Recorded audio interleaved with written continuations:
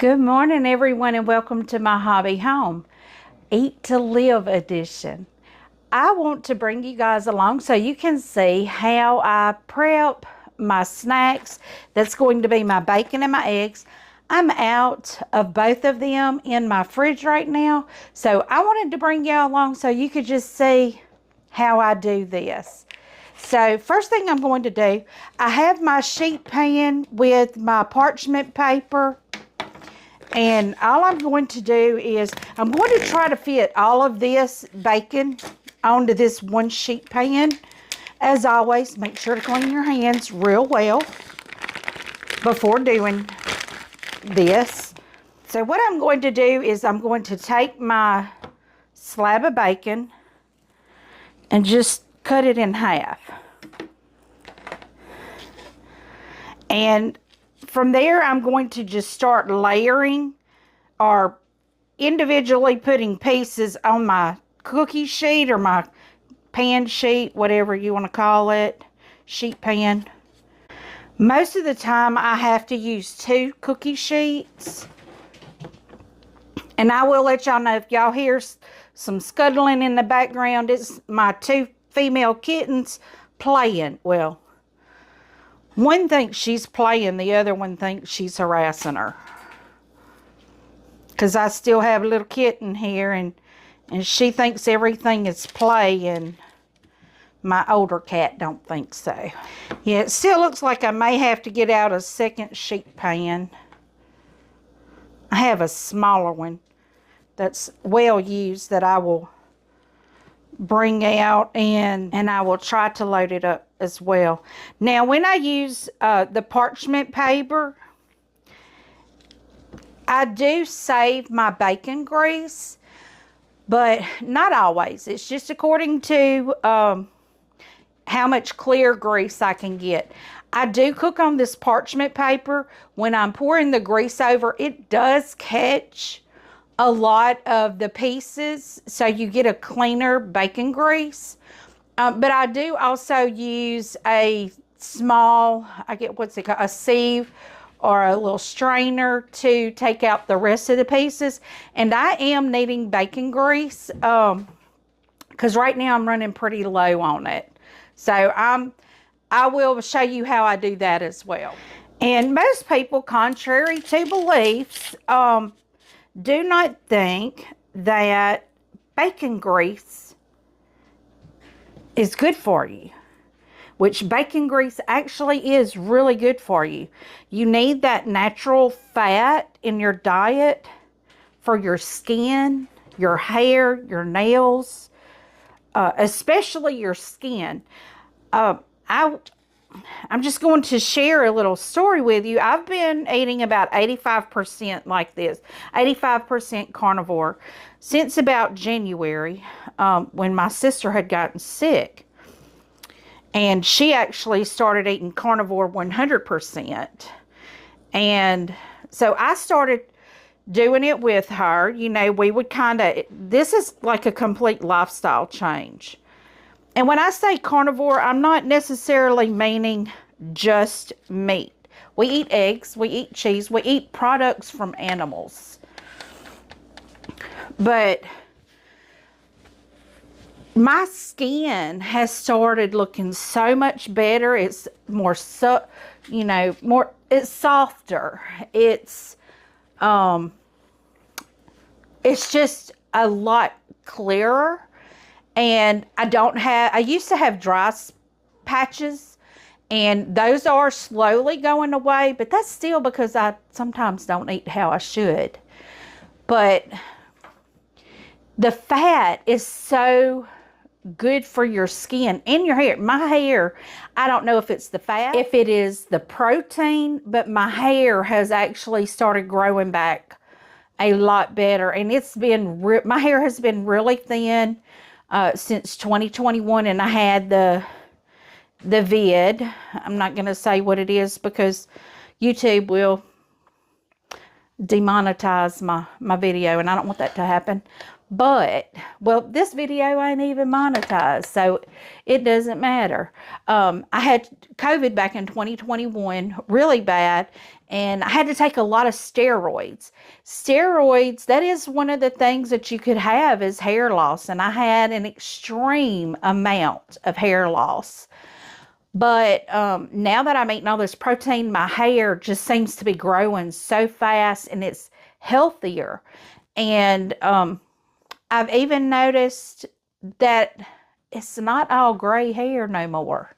So I do still have like a gray piece there, but it's like all this new hair that's coming in does not have, it's not gray. It's like a dark blonde color or a light brown, whichever color. It's in that spectrum. But let me get this bacon in the oven. What I do is I put my bacon in the oven, 400 degrees, well, 350 to 400. And I put it in there 20 minutes. So I will set the timer to check back on that. Now, I have had people ask me if the cooking the bacon in the oven creates a splatter mess. I've not really noticed it, but I don't know. I don't think it does. I've not noticed any difference in the bottom of my oven. It's been the same. You have your normal spillovers when you're cooking, and that's about it. So now what we are going to do is get on to the eggs. Okay, so when cooking my eggs in the Instant Pot, I just brought this up here so you can see. I put a 1/2 pint jar of water in there because you have to have water in your Instant Pot for it to be able to pressure. Now, what I'm doing, I'm taking my eggs. I'm not cooking a whole 18 count, but you do want to check your eggs real closely. That one kind of has a little nick in the shell. It's not a break. It's just actually a shell deformation.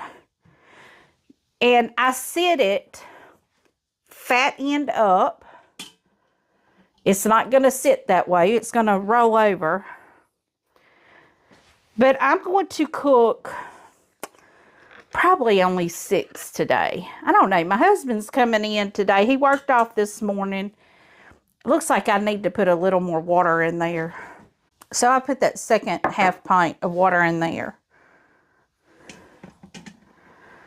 So being that my husband is coming in today, I'm going to put a few extra eggs in there. I'm not doing a whole dozen because we end up having maybe 3 or 4 left. So I'm not going to do a full dozen. So I have 9 eggs in here.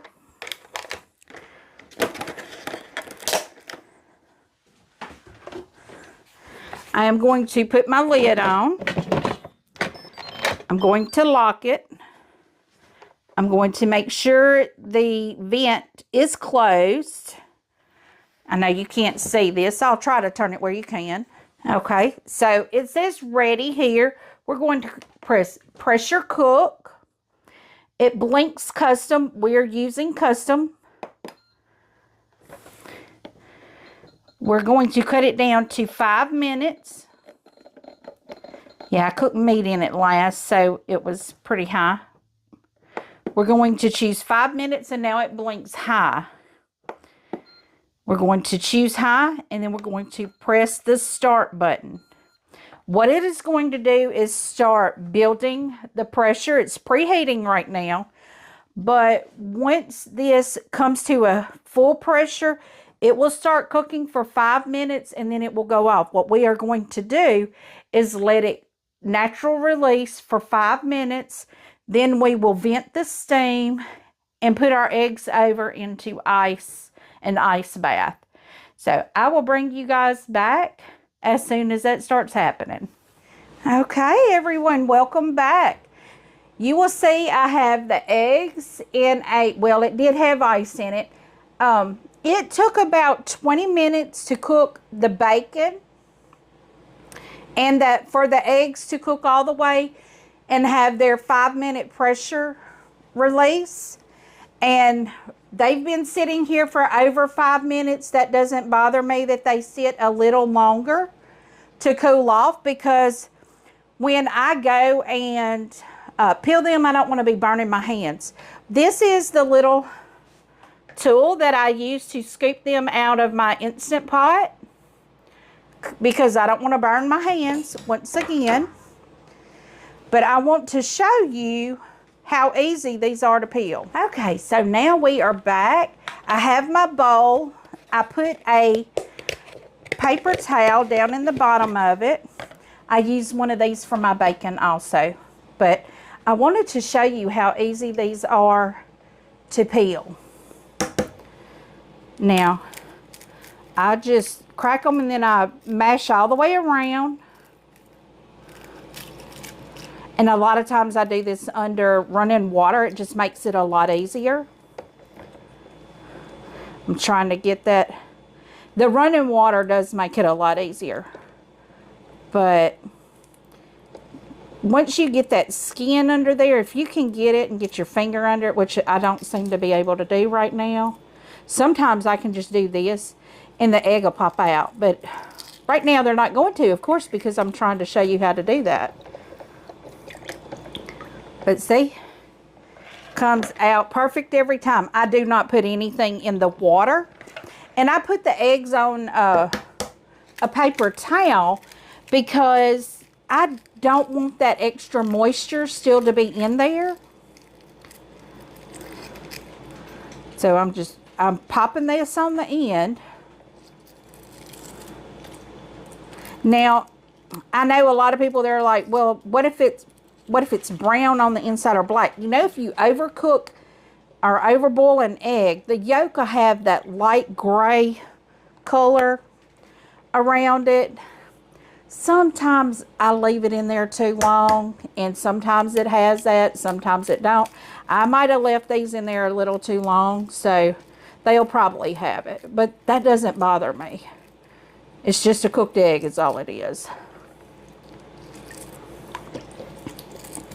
And see how it's just peeling right off in a big sheet. Now, like I said, sometimes I can get it to crack perfectly, and that egg will just pop right out of the shell when I peel the first one.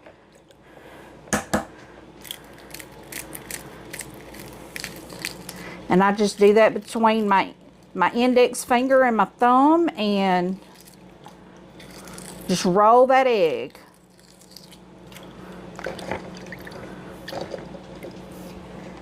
Looks like I'm going to sit here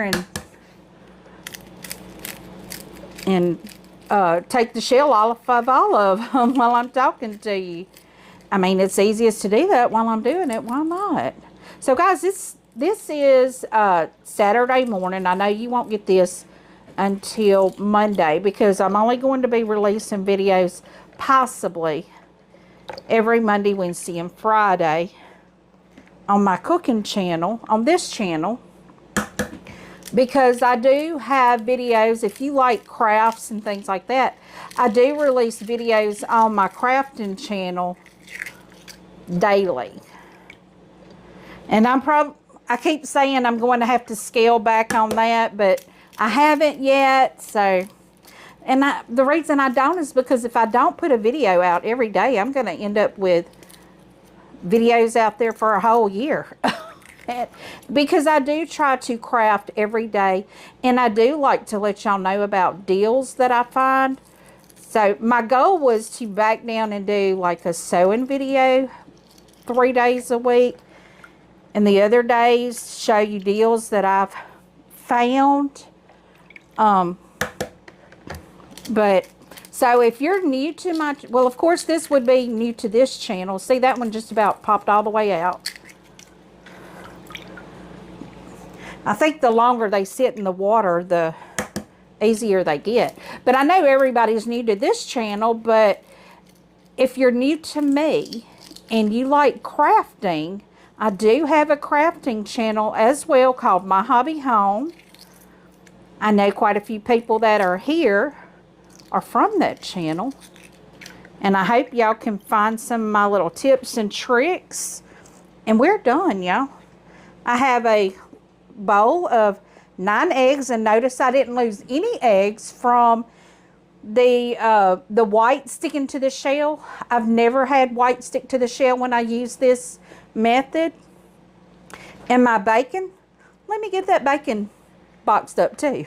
Yeah, I don't see a lot of grease left in this bacon, and it's possibly the parchment paper soaked all of it up. I've just started cutting my bacon in half on these sheets, and you don't get as much bacon grease when you do that on a single pan. But I do see some bacon grease down underneath this sheet.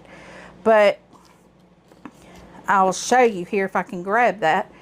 It's a nice little snack size, biscuit size. If you eat biscuits or toast or anything like that, you do not have to do this just for Ketovore or Carnivore. This is a great way to have bacon in your fridge. If you don't eat a lot of bacon, do this and put it in the freezer. It works just as well. Why pay that extra money in the grocery store for pre-cooked bacon when you can do it at home?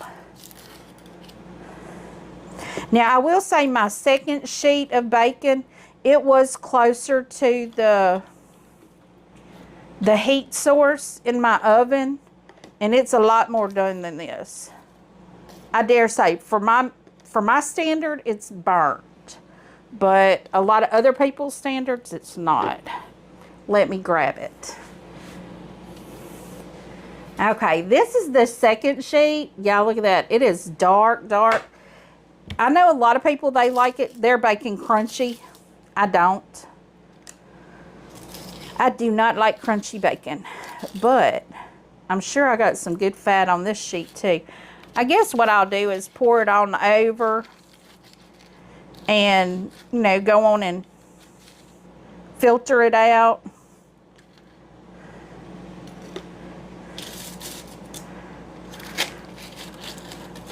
But this is the kind of bacon, like, oh, I do have a recipe that calls for bacon that I will be making for y'all this week. I could probably use these pieces in that recipe because it does call for bacon bits. And that'll be perfect and easy to make. So here I have snacks for the week and recipe usage for the week. I have my eggs and my bacon. And none of it's really warm, so, because I let the bacon cool off just a little bit. I use these Glad, they have interlocking lids. Sometimes they don't want to go on. You normally can press that center and they go right on. But these have interlocking lids, so they're very easy to store.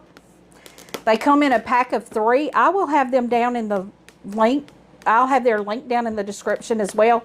I did get these off of Amazon. I love them. I got this off of Amazon. I love it. I guess I'm just an Amazon purchaser. I love Amazon convenience of purchasing items. Unless you need it immediately, which I knew I didn't need these immediately. I actually just purchased these because the ones I normally use are the big square ones. And these, I don't need that big square when I don't have but that much bacon. This will fit in my fridge a lot better because my refrigerator is not very large. So, but guys, if you like this type of video, give me a thumbs up. If you've not yet subscribed, I would be honored if you'd consider becoming part of my family and join my channel. Leave a comment. Tell me what you think. What little things do you make for snacks to keep in the fridge? This is a low sugar, well, actually no sugar, no carb. I did read the labels of the bacon. It has turbinado sugar in it, but it's not enough to even mark a sugar or a carb on the label. So it's a no sugar, no carb snack option in your fridge.